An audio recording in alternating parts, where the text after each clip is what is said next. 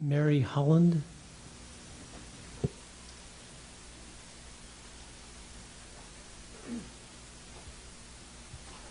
Thank you very much for the opportunity to speak. This was my first IACC meeting, and I was impressed this morning by the self-congratulation, the words about the incredible work, the honor, the progress, the pride, the passion, the great ideas, the diversity of this committee, and its accountability. I don't deny that most of you are here people of good faith and who care deeply about this issue, but this is not the way that this committee's work looks to the outside world.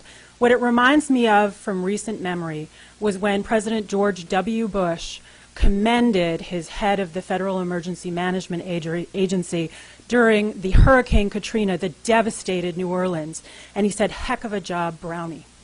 And the country saw this, and the country was outraged. And in fact, Mr. Brown resigned.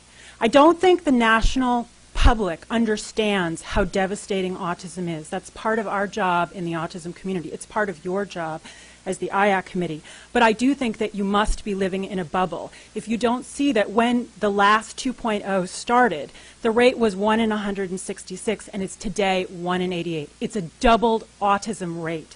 It's very troubling as a stakeholder in this community. I am an autism parent to hear you congratulating yourself.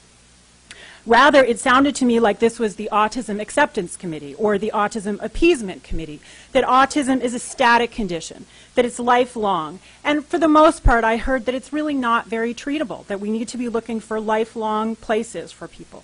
And I heard the V word once. And you all know as well as I do that that's the elephant in the room. The question on parents' minds throughout the country and throughout the world is, what is the relationship between autism and vaccine injury? Is there a relationship or not? If you're not looking at that, then this committee has a very questionable role. I'm a part of 10 groups that submitted a letter to Secretary Sebelius in April. We didn't get a response. We got a letter from Dr. Collins that was non-responsive. So we've sent it again today. We hope that we'll get a response.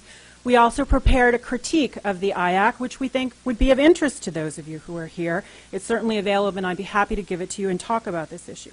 It seems obvious to me that if we stay the course as a country, and if this committee stays the course, we should expect in 2018 that the autism rate will be 1 in 44 based on 12-year-old data.